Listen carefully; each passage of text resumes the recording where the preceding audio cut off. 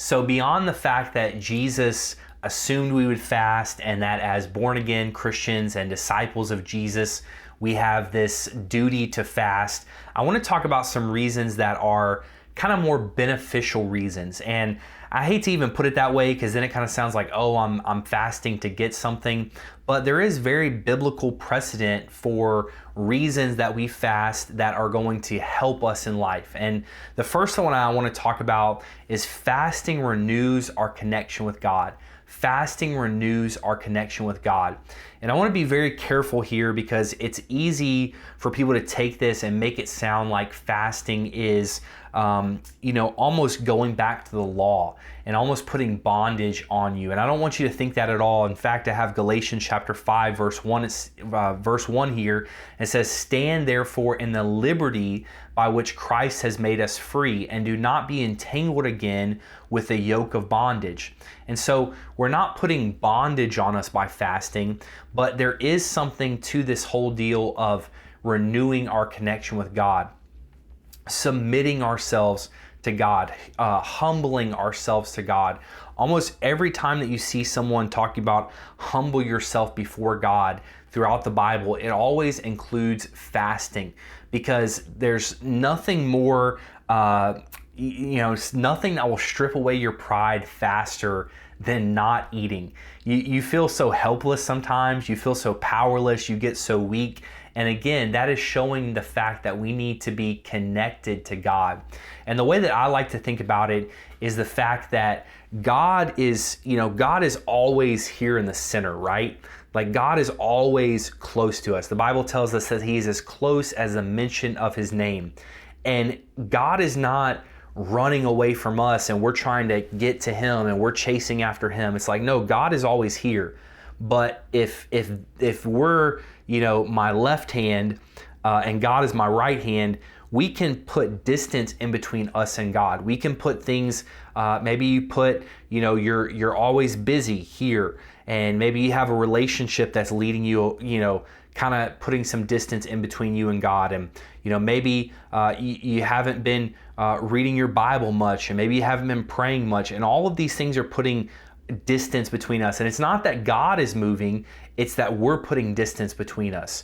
Another way you can think about it is if you have your phone or device connected to a Bluetooth speaker, and you connect to that Bluetooth speaker, but then you go to the other side of your house or the other side of your job, the more walls and distance that you put in between you and that Bluetooth speaker, if you have the phone with you, the connection is going to become worse and worse. And it's not the fact that the device is messed up or that the speaker's messed up. It's that there's so many things in between the device and the speaker. And so I want you to kind of understand this, that it's not, that God is running away from you and that you have to do all this stuff to earn, a relationship with God. I don't want you to get into that bondage and into that legalism. But I do want you to understand that there are things in life that can, create this interference almost. That's the way that I like to think about it. And maybe you have another way to think about it, but I love technology and stuff, and so it's like interference. If you remember back in the day when people had like the antennas on their roof, or maybe you had the antenna on the back of your TV, and the signal that's coming from the station is a clear signal, and your TV is a good TV. But why was there static? The reason there was static is because there's interference in between the signal from the TV station and your antenna. So fasting allows us to become more attentive of what God is speaking. It's not that we hear God like, oh, God's not speaking to me, so I have to fast so that God will start speaking. No, God is always speaking, but we're not always listening, or our antennas aren't always up. So what fasting does is it removes a lot of that interference, and just practically, it removes the interference of time, because if you're not eating, if you're not preparing meals, you're going to have a lot more time to pray and to listen. Especially when you're fasting, it seems like you become more sensitive to things that you're watching or things that you're listening to, and you're like, I don't want to watch and listen to that right now. It just doesn't feel right. And so we start to remove a lot of these things from our lives, and it renews that connection with God. So whether you think about it with like the Bluetooth speaker or, the TV antenna, again, I don't want you to think about it as like, oh, God's mad at me right now, so I have to fast to make him feel better about me and speak to me. No, God is speaking. He's there.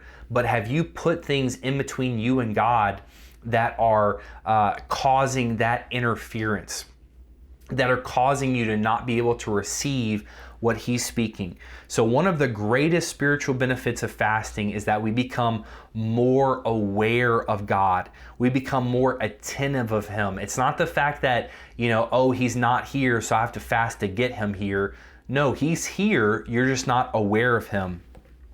And also, it renews our connection because we see how dependent we are on God. When you're fasting, you need God because your mind's maybe not clear, your body's hurting, you've got hunger pains, and you need God to sustain you. Well, we always need God to sustain us, but fasting just shows us so clearly that we need him. Whereas if you were doing all this other stuff in our life and we think we've got it all together, then it can kind of seem like we can do it on our own.